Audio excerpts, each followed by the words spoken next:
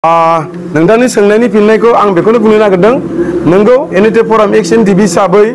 जोंबो एसे सिन्था खालामनांगौ खारना जाबाय मा जोंनि जेसेबांनाखि एक्स एनडिबिनि माखासे क्लसाव लिरजानाय समस्या बेफोरो गासिबो पलिटिकेलजों रिलेटेड दंजोबो दा पलिटिकेलजों रिलेटेड थानाय हिसाबै दिनै जोङो उपाय गैया दिनै 4-5 बोसोर जानोसै जाय सरकारा दिनै सिगनेटरि गोजाजोबमोन बिथांमोना 5 बोसोर 4 बोसोर जेबोखौनो मावदिया अब्ला दिनै जों सोरखौ आसा खालामनो बेनिखायनो एनइटि फराम एक्स एनडिबिआ सम आरो थासारिखौ नायनानै जाय मानसिया जोंखौ सापर्ट खालामगोन जाय मानसिया जोंखौ हेल्प खालामगोन जोङो बिथांमोनखौ जों मदद खालामगोन आरो दरखार जायोबा जों इलेक्शनबो गेलेगोन बेनो आरो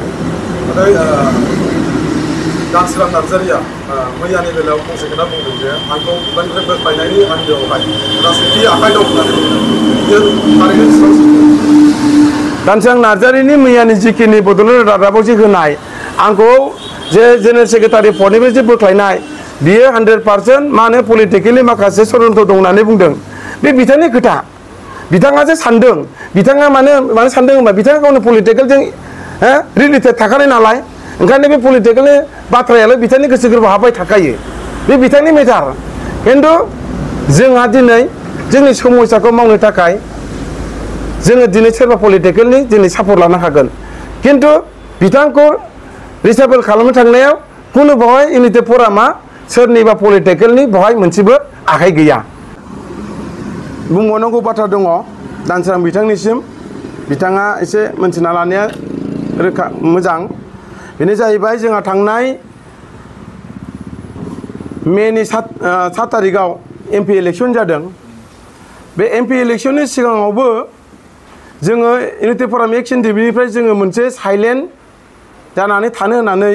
जोङो मोनसे थिरांथा लादोंमोन बे बलामगुरि ग्रेप्टार फार्म हाउसआव नाथाय बिथाङा बे मिटिङाव बाहागो लायाखै आरोबाव जोङो गुबुन मिटिङावबो जोङो रायज्लायबाय थादोंमोन बेयावबो बिथाङा बाहागो लायाखै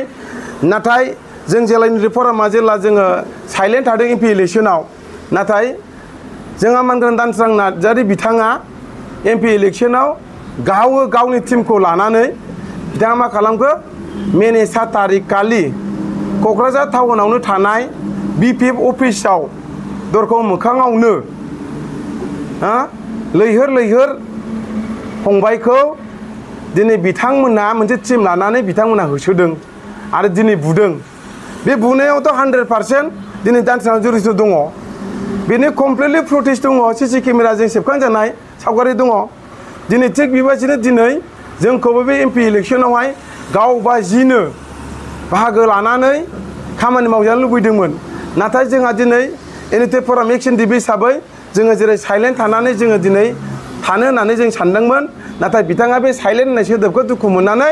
दिनै जोंखौ एनइटि फरामखौ दुखु मोननानै बे दिनखालिनिफ्रायनो बिथाङा दिनै एसे गाबोन एसे गाज्रि जानानै दिनै इउपिपिएलजों सापर्ट जानानै लैहोर फंबायखौ दिनै बिथांमोना बुयो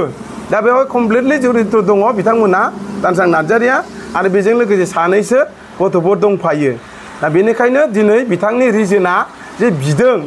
दा बेनि थाखायनो जों दिनै बे सावगारिया दङ आरो बे सावगारिनि एन्सारानो बेनो जोङो बिथांनो जों शो खालामगोन जुदि बिथाङा बियोब्ला बिथाङा रिजन बिबाय थादों नालाय दा बेनि थाखायनो दिनैहाय एनइटि फरामनि माखासे रुलखौ सिफायनायनि थाखाय जों बिथांखौ रिसाबल खालामनानै जोङो बोखारनो गोनां जादों जेनेरेल सेक्रेटारि पदनिफ्राय बेनो थेंक इउ